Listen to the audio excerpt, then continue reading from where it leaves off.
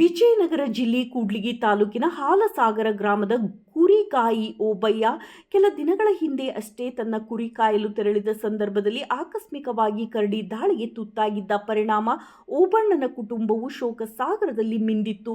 ಅಲ್ಲದೆ ಈ ಘಟನೆ ಇಡೀ ವಲಯವನ್ನ ಬೆಚ್ಚಿ ಬೀಳಿಸಿತ್ತು. ಕುಟುಂಬದ ಆಧಾರ ಸ್ತಂಭವಾಗಿದ್ದ ಪತಿ ಓಬಣ್ಣನನ್ನು ಕಳೆದುಕೊಂಡ ಆತನ ಮಡದಿ ಅಂಜಿನಮ್ಮ ಮತ್ತು ಮಕ್ಕಳ ನೋವಿಗೆ ಸ್ಪಂದಿಸಿದ್ದು ಕ್ಷೇತ್ರದ ಶಾಸಕ ಡಾಕ್ಟರ್ ಎನ್.ಟಿ. ಶ್ರೀನಿವಾಸ್ ರವರು ಹಾಗೂ ಅವರು ತಂಡದವರು. ಶಾಸಕರು ಮಾರ್ಚ್ 3ರವರೆಗೆ ಅಂದರೆ ಕೆಲ ದಿನಗಳವರೆಗೆ ಪಕ್ಷ ನೀಡಿದ್ದ ಜವಾಬ್ದಾರಿ ನಿಭಾಯಿಸುವ ಕಾರಣಕ್ಕೆ ಅನಿವಾರ್ಯವಾಗಿ ನೆರೆ ರಾಜ್ಯಕ್ಕೆ ತೆರಳಿದ್ದರು.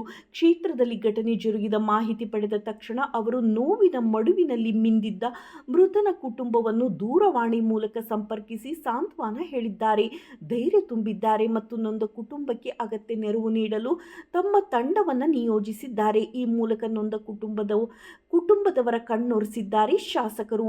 ಅವರು ಬುಧವಾರ ಹಾಲಸಾಗರ ಗ್ರಾಮಕ್ಕೆ ಬಂದು ಖುದ್ದು ಭೇಟಿ ನೀಡಿದ್ದು ಮೃತನ ಕುಟುಂಬಕ್ಕೆ ವೈಯಕ್ತಿಕವಾಗಿ ಅಗತ್ಯ ನೆರವು ನೀಡಿದ್ದಾರೆ. ಕೇವಲ ಸಾಂತ್ವನಕ್ಕೆ ಸೀಮಿತವಾಗದ ಶಾಸಕರು ಅರಣ್ಯ ಇಲಾಖೆಯಿಂದ 20 ಲಕ್ಷ ಪರಿಹಾರದ ಚೆಕ್ ವಿತರಿಸಿದ್ದಾರೆ.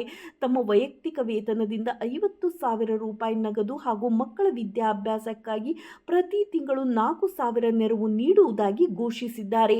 ಶಾಸಕರಾದ ಡಾಕ್ಟರ್ ಎನ್.ಟಿ. ಶ್ರೀನಿವಾಸ್ ಅವರು ಈ ಮೂಲಕ ಮಾನವೀಯತೆ ಮೆರೆದಿದ್ದು ಹೃದಯ ಶ್ರೀಮಂತರಾಗಿದ್ದಾರೆ, ಆಶ್ರಯದಾತರಾಗಿದ್ದಾರೆ.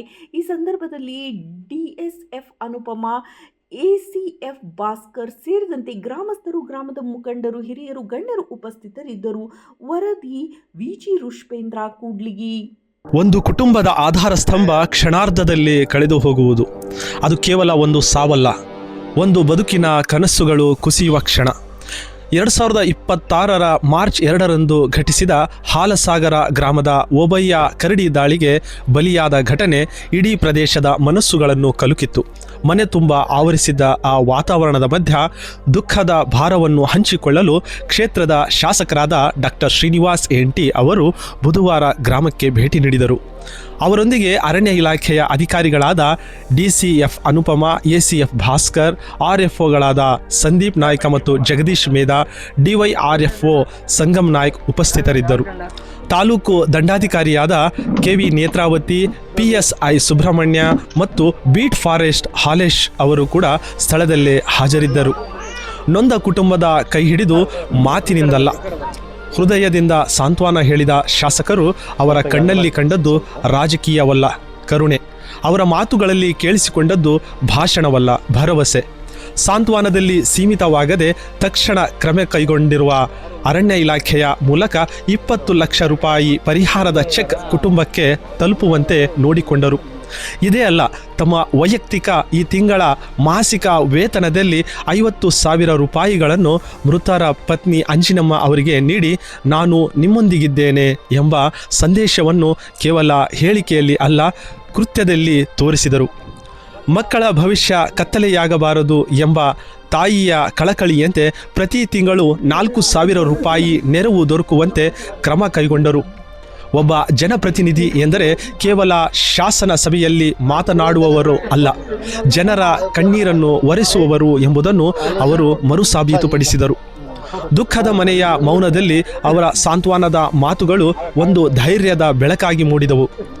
ಒಂದು ಕುಟುಂಬ ತನ್ನ ಆಧಾರವನ್ನು ಕಳೆದುಕೊಂಡಿದ್ದರೂ ಸಮಾಜ ತನ್ನ ಬೆಂಬಲವನ್ನು ಕಳೆದುಕೊಳ್ಳಲಿಲ್ಲ ಎಂಬ ಭರವಸೆಯನ್ನು ಅವರು ನೀಡಿದರು.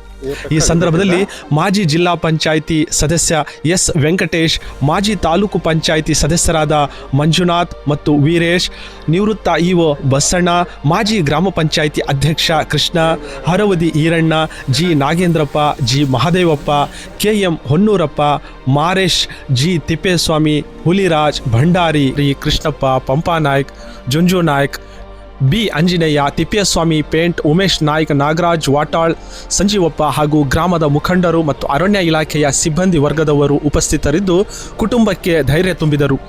ನಾಯಕತ್ವ ಎಂಬುದು ಅಧಿಕಾರದಿಂದ ಅಳೆಯುವುದಲ್ಲ, ಅದು ಹೃದಯದ ದೊಡ್ಡತನದಿಂದ ಅಳೆಯುವ ಮಾತೃಹೃದಯದ ಮೃದುವಾದ ಸ್ಪರ್ಶದಂತೆ ಬಡವರ ನೋವಿಗೆ ಸ್ಪಂದಿಸುವ ಮನಸ್ಸು. ಅದೇ ಡಾಕ್ಟರ್ ಶ್ರೀನಿವಾಸ್ ಎನ್.ಟಿ. ಅವರ ವ್ಯಕ್ತಿತ್ವ.